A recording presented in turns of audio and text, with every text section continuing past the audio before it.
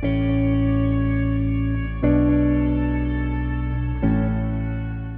I'm Colby. I've been at Northwest Hills, we're guessing about 3 years. I'm Kevin, and I've been going to Northwest Hills for about 2 years. My name is Ayo Kunle Kayode Popola. Most people know me by just Ayo Popula, and I've been coming to Northwest Hills for 6 months now. My name is Elissa Autry, and this Sunday service will be my third service at Northwest Hills. I have been a believer for as long as I can remember. I grew up in a Christian household. I accepted Christ at a young age. I started going to church with my dad when I was fairly young, around 5 or 6 years old, and I really loved getting to learn more about Jesus from such a young age.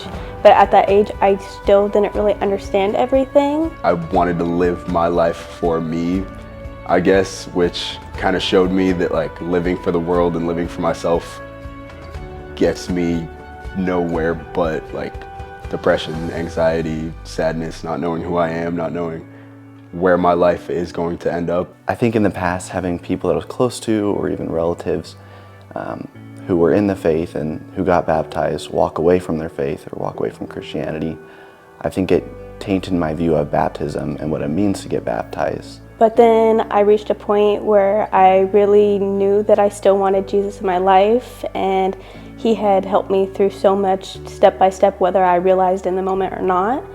And I did some research into finding a great place, and I found Northwest Hills, and I was instantly welcomed with open arms and love and like the family feel. I've been growing spiritually over the last few years. It's been like leaps and bounds. I'm very thankful that the Lord put someone in my life that could just like tell me how it is, I guess, out of love, out of not wanting to see me throw my life away.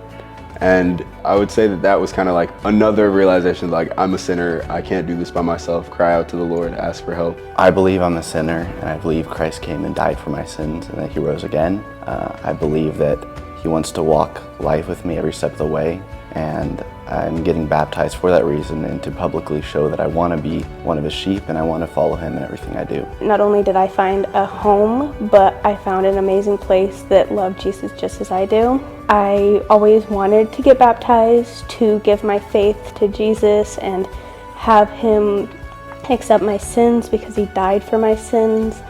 And I felt like baptism was the best way for me to accept him that way. I've not been baptized for one misguided reason or another, just kind of waiting for right time, right circumstances kind of thing. And things have kind of gotten to the point where it's like, maybe it's time. And in the wise words of Ron King, don't overthink it. I want to get baptized because it is important to me knowing that baptism is a way of not only cleansing our sins, but it is me accepting that I am a sinner and Jesus Christ died for my sins, and that I can follow him in the faith knowing that I am now saved because of him. There's nothing I can do to make Jesus love me more, but there's also nothing I can do to make him love me less.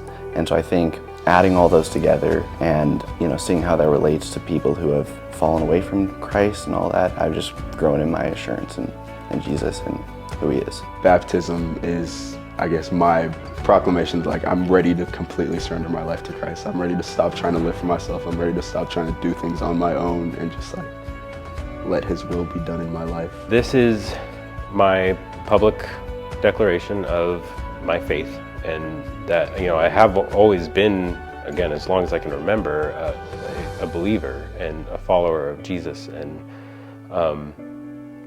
but I never took that final step to make it public and like, this is who I am, this is what I believe. I'm really excited to get baptized. This is something that I've put a lot of thought into. I was almost baptized when I was going to church camp when I was little, but I decided to wait, not only because I was still kind of unsure of everything, but because I also didn't have any family there with me, and I felt like that was something important that I wanted. I think in those moments where I feel like I can do things on my own is when I've been most grateful for God. Throughout college, I've had times where I feel like I can just make it on my own, and then every time that comes back to bite me. So seeing that God's a God who perseveres in me and like wants me and needs me makes me eternally grateful for him and what he's done in my life. I am very thankful for the countless blessings that God has given me. I tend to focus on the negative a lot, but I know that if I was to focus on the positive, I would not be able to keep up. Everywhere that I have been and am going, God has had a huge hand in it, and I'm very thankful for that. I'm super excited to get baptized and proclaim to the world that Jesus Christ saves lives. He is the one that cleanses us from our sins. And I want to proclaim to the world that I'm all in. I'm done trying to live a dual life, and I want him forever.